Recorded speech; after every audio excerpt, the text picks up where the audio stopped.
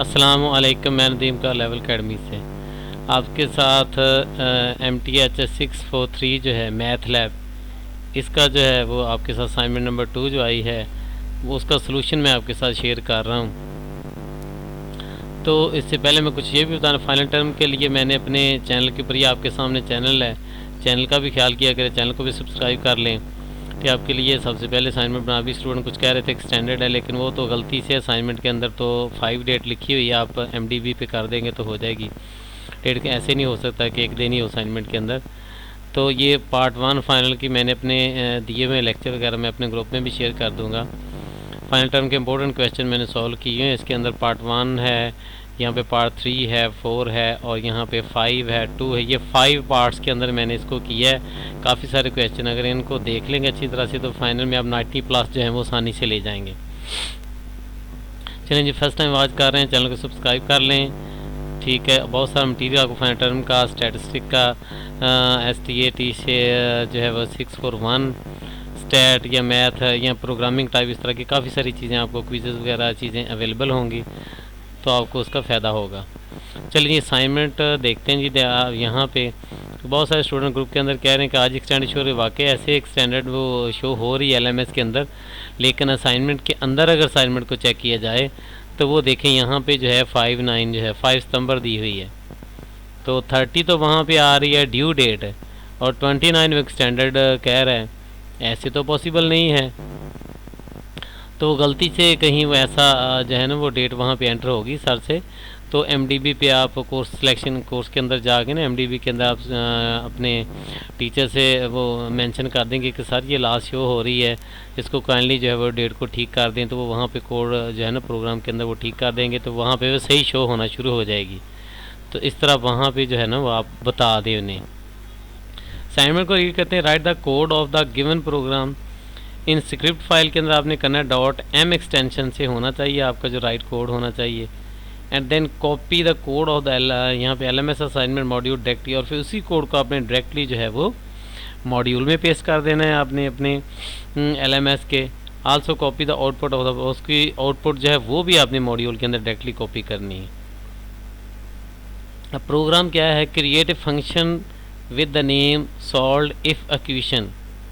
Equation का हमने solve करना है। इफ इक्वेशन यहाँ पे दिया हुआ, सॉल्व इफ इक्वेशन के नाम से फंक्शन यही रखना है as it is, which takes a string variable. Method के नाम से स्ट्रिंग का जो वेरिएबल होगा वो डाटा लेगा, यूज़र से रिसीव करेगा as an input argument and then solve the following initial value problem on the interval.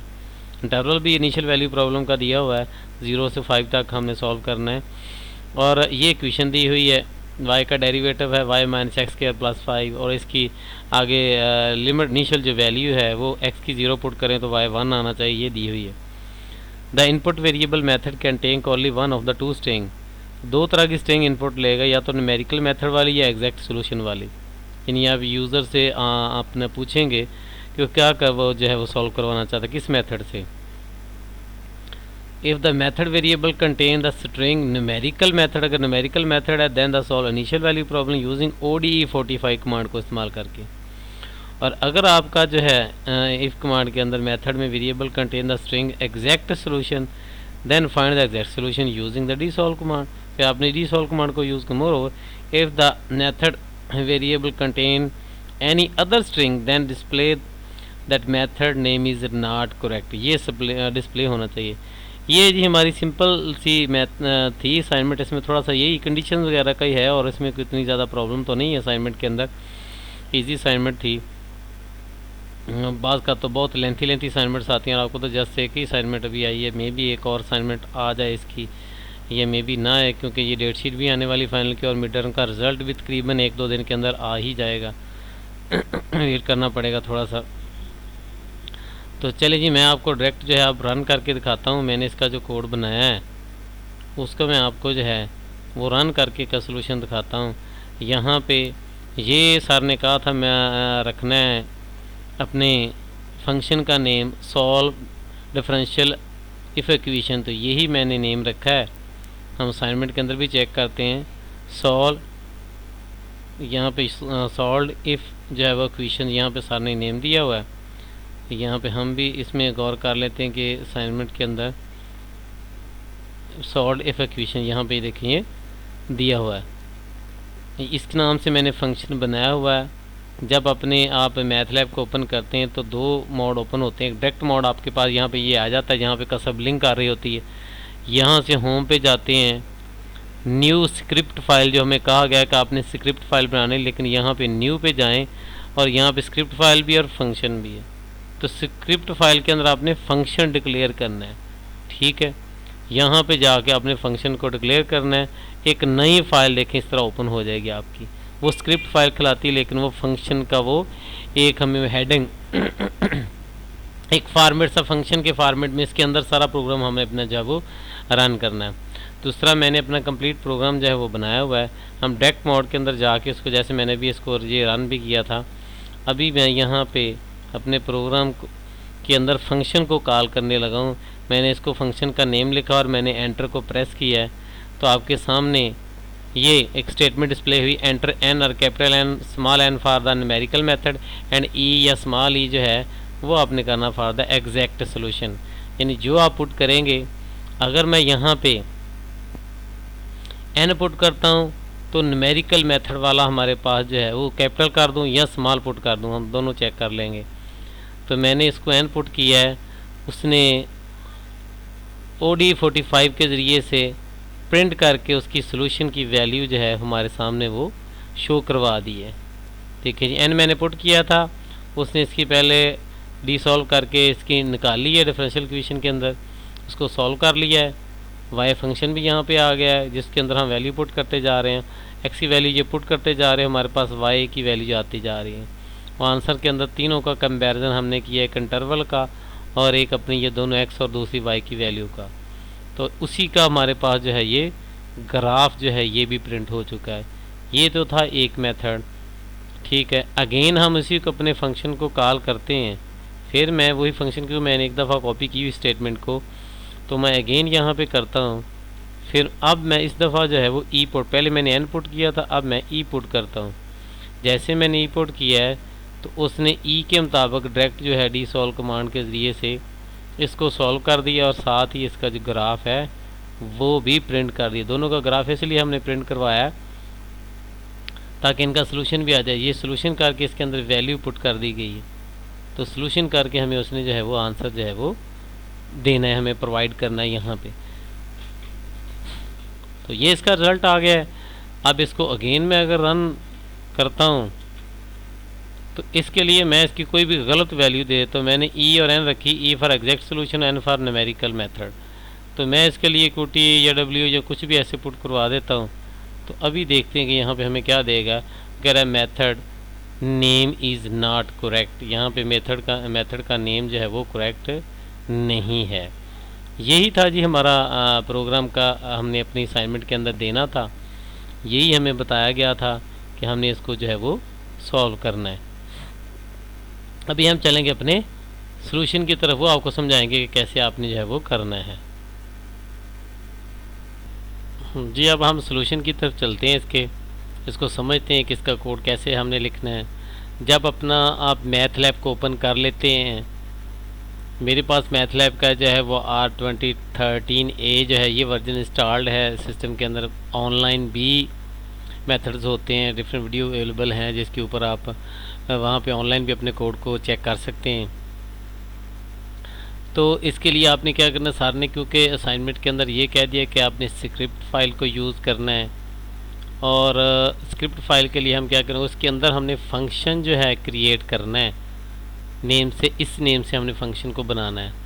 तो ऐसे ही हम यहाँ पे करेंगे कि हमारी जो डायरेक्ट कमांड विंडो होती है इसके अंदर होम पे जाएंगे, होम के अंदर करेंगे न्यू के अंदर देखें यहाँ पे स्क्रिप्ट फाइल का कह दिया और यहाँ पे फंक्शन। अगर फंक्शन ले लेंगे तो हमें स्ट्रक्चर जो है फंक्शन का लिखा हुआ एज इट इज़ मिल जाएगा। और स्क्रिप्ट फाइल भी ये जो होती है ये एज ए फंक्शन ही होती है। डायरेक्ट फंक्शन के अंदर भी हम फंक्शन का हमें स्ट्रक्चर जस्ट मिल जाता है, और इसके अंदर स्क्रिप्ट फाइल के अंदर जो होती है ये दोनों एक ही तरह की फाइलें। अगर देखिए स्क्रिप्ट फाइल को ओपन करें तो खाली ब्लैंक फाइल होगी। और इसी तरह अगर मैं यहाँ पे न्यू पे जाके जो है फंक्शन वाली न्यू फाइल के पे जाके नीचे फंक्शन पे करूँ तो इस तरह एक फंक्शन का स्ट्रक्चर आ जाता है। क्योंकि सर ने हमें फ़ाइल के अंदर भी फंक्शन ही बनाने के लिए कहा गया है। तो अगर हम वो ऐड कर लें, स्क्रिप्ट फाइल ले लेंगे, तो ये फंक्शन वाले आप उठा के जो है उसके अंदर रख लेंगे। तो यही हमारे पास जस्ट कोड है। ये तो जस्ट कमेंट्स वगैरह दिए हुए हैं, इसके लिए परसेंटेज साइन लगाते हैं।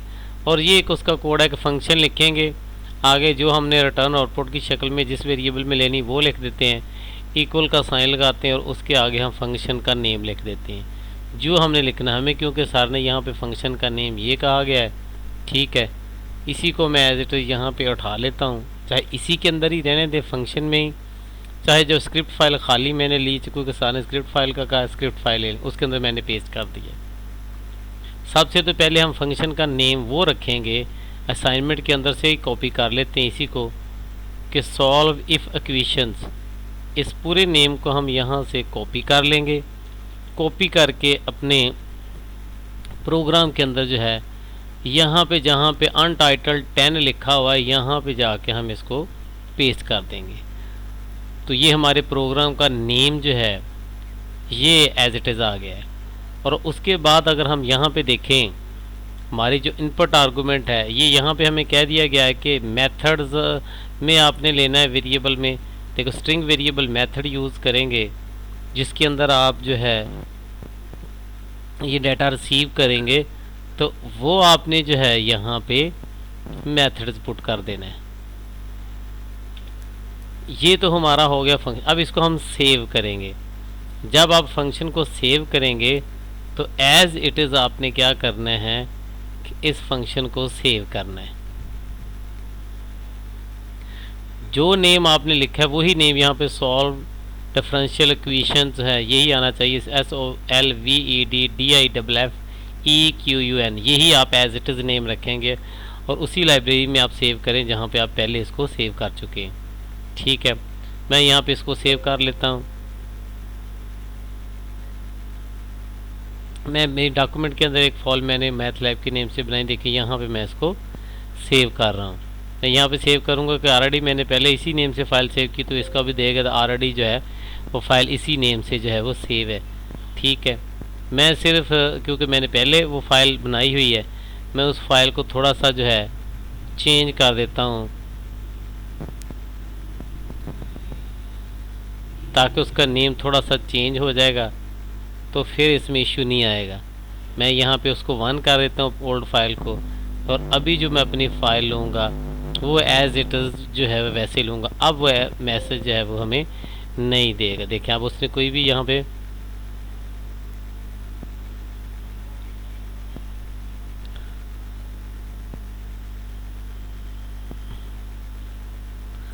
तो जब हमने ये फ़ाइल को सेव कर लिया है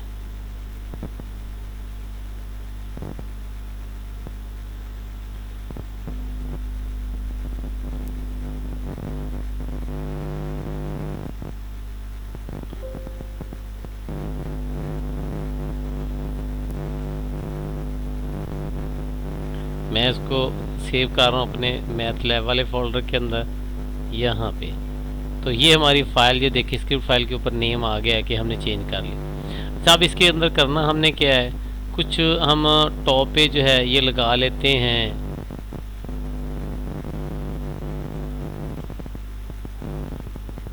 ये क्लियर आल क्लोज आल, कुछ वेरिएबल के नेम वगैरह डिक्लेयर करवा लेते हैं जो हमने नीचे यूज़ करने हैं। तो वो मैं यहाँ पे जो है ये दे देता हूँ। वो मैंने ज़्यादा लिखे थे, मैं यहाँ से उठा के एज इट CLC स्क्रीन को क्लियर करने के लिए हम लगा लेते हैं।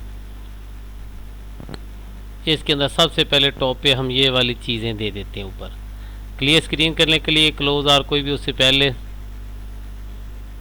कोई फंक्शन वगैरह ओपन किए हुए हैं, अगर कोई वेरिएबल के अंदर सेम उसी तरह के नेम से पड़े हुए वैल्यू वगैरह, तो उसको क्लियर करने के लिए एक कमांड देते हैं। और ये सिम्स कमांड जो होती है SYSM, तो ये हम अमूमन वेरिएबल को डिक्लेयर करने के लिए यूज़ कर लेते हैं। अब हमने इनपुट की कमांड को यूज़ करना है।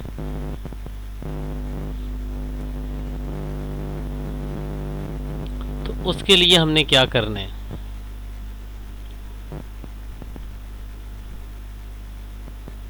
तो उसके लिए मैंने यहाँ पे एक स्टेटमेंट बनाई है। प्रॉम्प्ट कमांड से मैंने बनाई है, प्रॉम्प्ट लिखा है, उसके आगे लिखा है which method you need solution N for numerical and E for exact. तो आपने ये पुट करना है।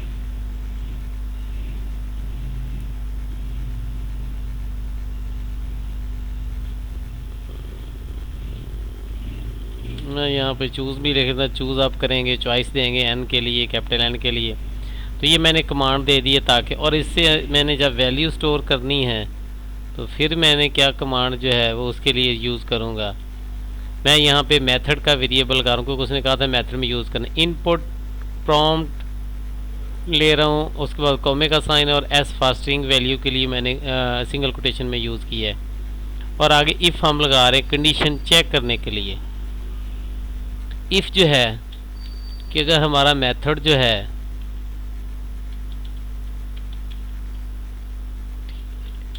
मेथड इज़ इक्वल टू, क्या हमने चेक करवाना चाहते हैं, यहाँ पे क्या लिखेंगे, न्यूमेरिकल और एग्जैक्ट। अगर आप लिखते हैं न्यूमेरिकल, उसके लिए अगर जस्ट मैं एन से कंपेयर करवा लेता हूँ, सिंगल कोटेशन में मैं इसको लिख देता हूँ, या वैसे भी लिखा जा सकता है, इस तरह हम इसको लिख देंगे। मैं इसको अगेन चेंज, देखिए मेरा डबल कमांड इस तरह भी लिखा जा सकता है कि अगर कैपिटल एन यूज़र दे दे या स्मॉल एन दे दे तो दोनों के लिए ही ये एप्लीकेबल हो। इस तरह भी हम कमांड जो है ये बना सकते हैं। फ़िलहाल मैं इसको सिर्फ स्मॉल एन के लिए ही बनाता हूँ कि अगर स्मॉल एन यहाँ पे पुट कर दिया जाए, आर करके भी इस तरह आप बना सकते हैं। इतनी चीज़ें हम वहाँ पे जाके अपने पुट कर देते हैं फंक्शन के अंदर। इतनी चीज़ें हमने लिखी थी, ये यहाँ मैंने पुट कर दी। आप चेक करते जाएंगे, यहाँ पे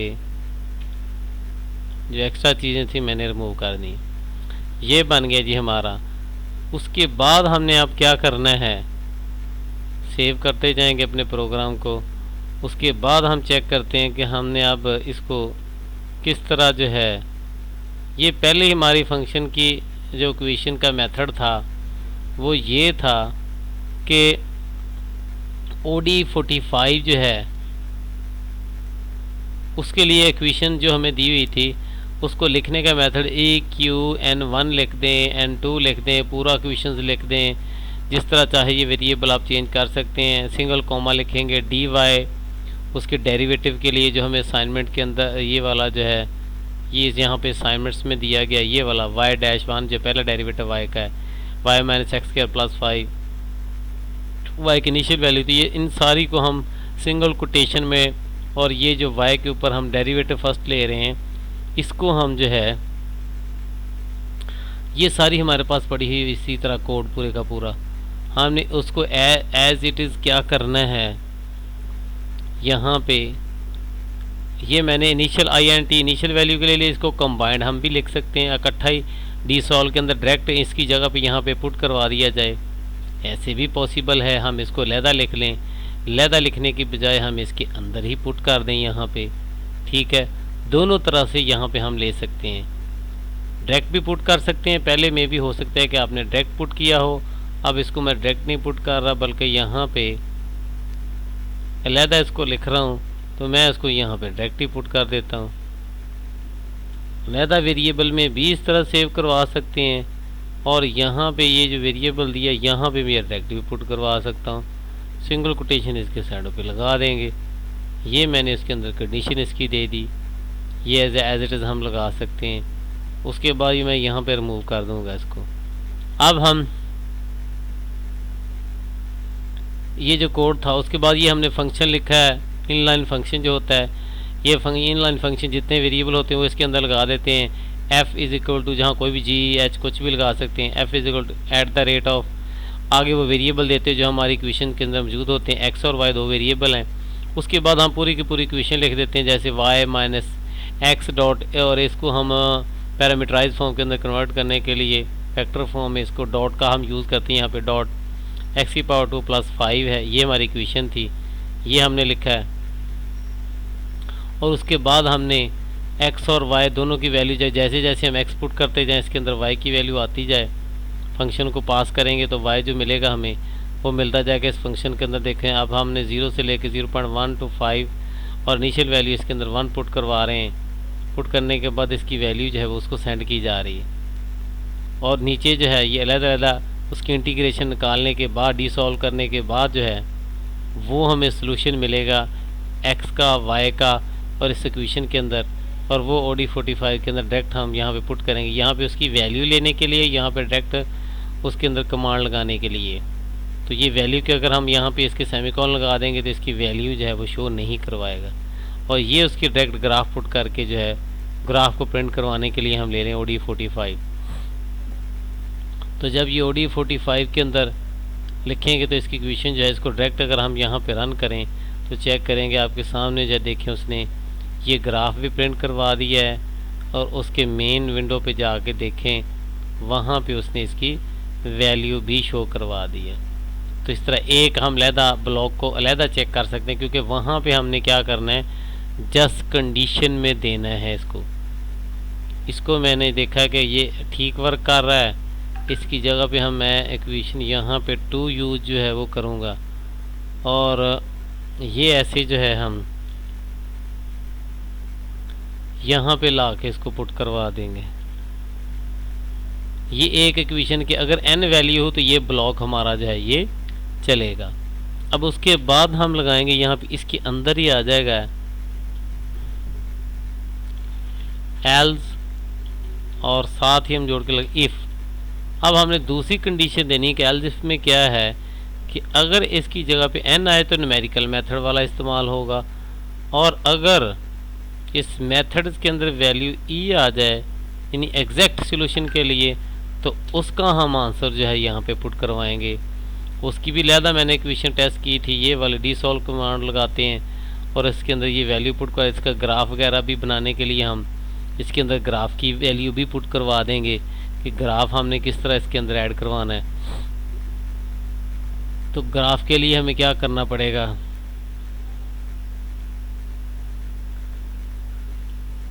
EZ प्लॉट हम लगा देंगे,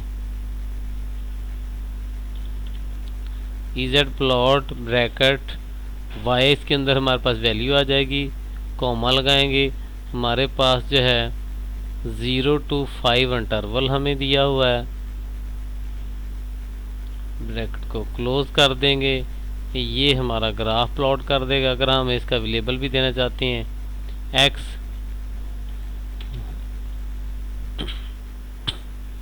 एक्स लेबल, और आगे हम 2 ब्रैकेट छोटी लगाएंगे और यहाँ पे 2 सिंगल कोटेशन भी यूज़ करेंगे, और यहाँ पे x आ जाएगा, एक्स लेबल x, और y लेबल जो है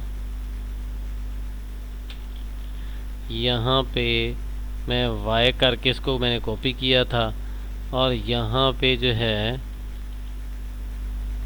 y मैं यहाँ पे कैपिटल दे देता हूँ ताकि x एक्सेस y एक्सेस में, और ग्रिड ऑन करना चाहते तो कर लें।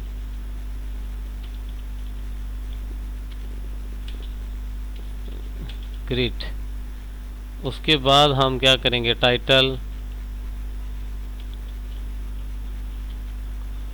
टाइटल में भी हम ब्रैकेटें यूज़ करेंगे, और यहाँ पे हम 2 सिंगल ब्रैकेट, और इसके हम लिख देंगे कि exact solution graph, exact solution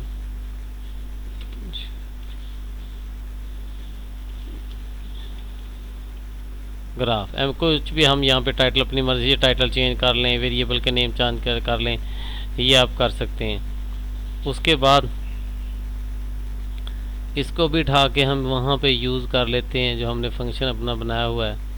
else if के अंदर अगर ई आ जाए, ये हमारा दूसरा फंक्शन आ गया है, और एल्स लास्ट पे,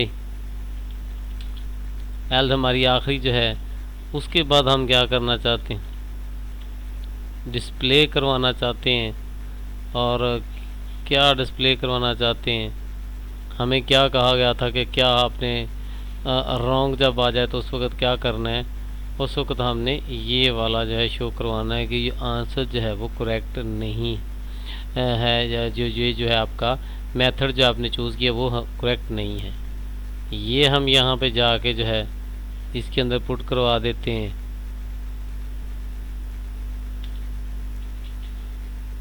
ब्रैकेट को क्लोज कर देंगे। ठीक है जी, ये हमारा लास्ट पे जाके क्लोज हो जाएगा। ये इफ़ का है। और अब हम एक कैंडल लगा देंगे फंक्शन के लिए,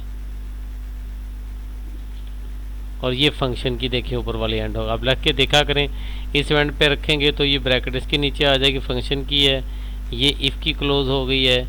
ठीक है, इस तरह ये हमने इसकी एंड लगा दी है। तो ये हमने अलग-अलग जो अपना जो है वो कोड को इस्तेमाल कर लिया है।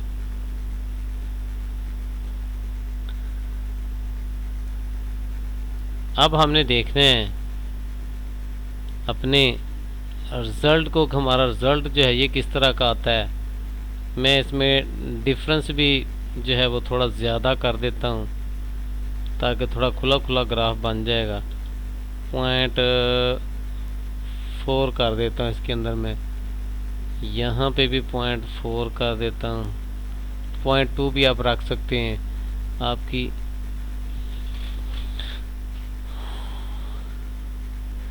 तो चलें जी, इसको हम अब रन करके चेक करते हैं दोबारा अगेन। ये इस तरह हमारा सारा प्रोग्राम जो है वो कोड बन चुका है।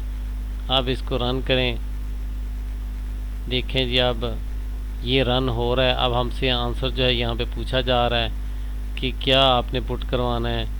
कर्सर यहाँ पे ब्लिंक कर रही है। तो अब मैं यहाँ पे एन पुट करता भी, पता चलेगा कोई एरर होगी तो सामने आ जाएगी। अब यहाँ पे देखिए एरर का डी सॉल्व कमांड के अंदर जो है एरर शो करवा रहा है। यहाँ पे हम इसको चेक कर लेते हैं। इस तरह आप एरर भी अपनी चेक कर सकते हैं कि कौन सी लाइन नंबर के अंदर हमें एरर दी है। लाइन नंबर जो 10 है उसके अंदर एरर आई है।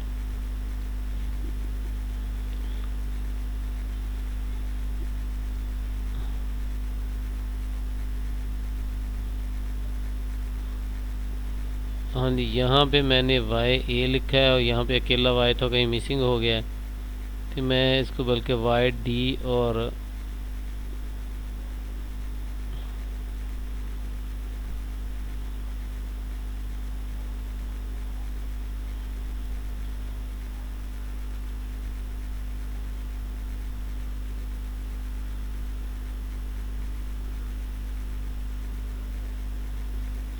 ये इक्वेशन के गिर्द जो है ना ये लगाया हुआ है।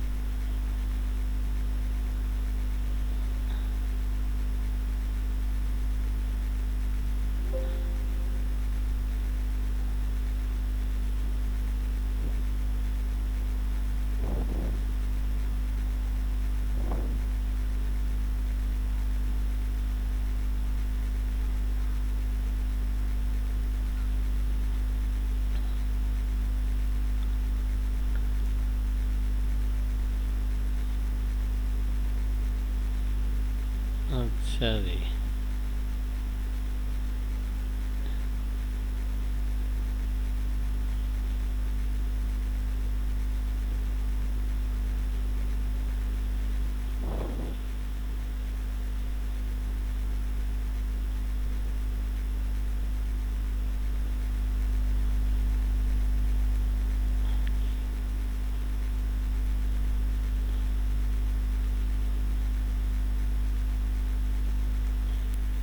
जी पहले कुछ एरर आ रही थी उसकी लाइन के अंदर। हमने 10 नंबर के अंदर देखा था क्वेश्चन में, नेम में कोई ये एरर नहीं लगा हुआ था, उसके अंदर वो प्रॉब्लम दे रहा था।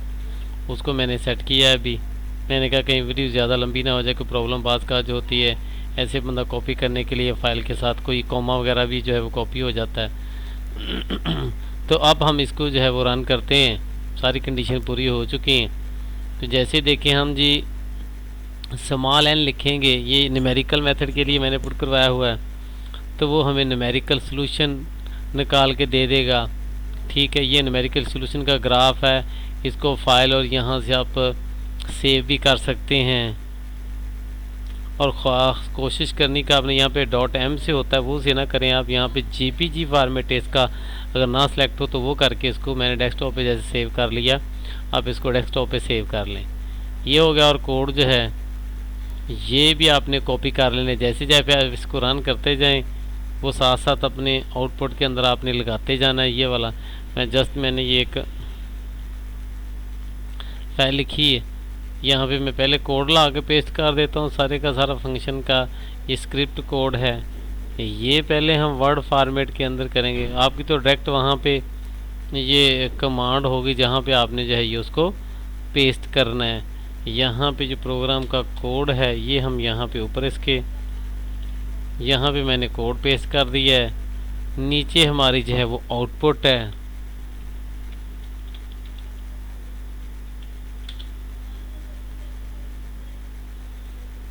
आउटपुट 1 3 आपकी आउटपुट आप लेंगे अलग-अलग, क्योंकि पहली आउटपुट यहाँ पे आ गई। आउटपुट 1 मैंने लिख दिया है न्यूमेरिकल मेथड के लिए, और उसके बाद यहाँ पे आउटपुट 2 आप लिख दें। इसका ग्राफ भी आप यहाँ पे पेस्ट कर दें।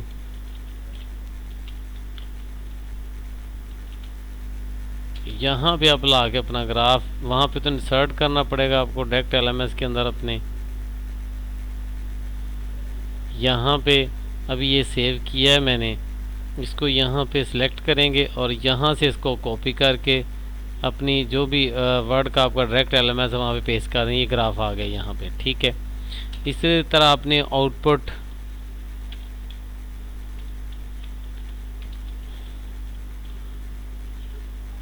जो है वो 2 लिख देंगे। सेकंड जो आउटपुट मसला पुट करेंगे, अगेन मैं अपने प्रोग्राम को जब रन करूँगा तो ये हमें पहले मैंने इन दिया था, अब ई पुट करता हूँ। ई के साथ हमारे दूसरे मेथड से सॉल्व करके दे देगा। इस ग्राफ को भी आप इसी तरह सेव कर लेंगे। इसकी भी आप इसी तरह आउटपुट फाइल को वहाँ पे जो है ये अपने वर्ड फाइल के अंदर जो है लगा देंगे यहाँ पे, और ग्राफ भी इसके नीचे इसी तरह पोस्ट कर देंगे। ग्राफ वाली फाइल भी आप नीचे पुट कर देंगे, ठीक है। अभी मैंने ये डेस्कटॉप पे की थी, वहाँ से जो है ये ग्राफ ला के भी वहाँ पे हम उसको पेस्ट करवा देंगे। इसी तरह आप अपने डायरेक्ट LMS के अंदर जो है वो करते जाएंगे, और उसके बाद हो जाएगा आउटपुट 3। तीसरी आपकी आउटपुट आ जाएगी, क्योंकि तीनों कंडीशंस ट्रू होनी चाहिए। अगेन मैं अपने कोड को जो है वो रन करता हूँ, तो यहाँ पे देखेंगे कि वो मैं कोई और पुट कर देता हूँ HPT कोई ऐसे, तो इसको क्या आ रहा है, method name is not correct, देखिए यहाँ पे आ रहा है। और इसको आप जाके जो है ये अगेन पुट करेंगे, तो इस तरह आपकी जो है तीसरी आउटपुट ये फाइल जो है पूरी हो चुकी होगी, ठीक है। ये पहले का भी ग्राफ आ गया, दूसरे का भी ग्राफ आ गया, साथ उसकी वैल्यू आ गई है, ठीक है। तो इस तरह ये कंप्लीट अपनी असाइनमेंट आप वहाँ पे सेव करेंगे डायरेक्ट मॉड्यूल के अंदर, और मॉड्यूल में पेस्ट करते जाएंगे अपनी असाइनमेंट को, और इस तरह अपनी जो असाइनमेंट जो है सेंड करें। अगर कोई असाइनमेंट बनवाना चाहता हो तो मुझे इनबॉक्स करे, मेरे व्हाट्सएप नंबर पे नीचे वीडियो के नीचे लिंक दे दूँगा, तो मैं उसको बना के जो है वो पेड पे बना के दे दी जाएगी। तो थैंक्स फॉर वाचिंग, ओके, अल्लाह हाफिज़।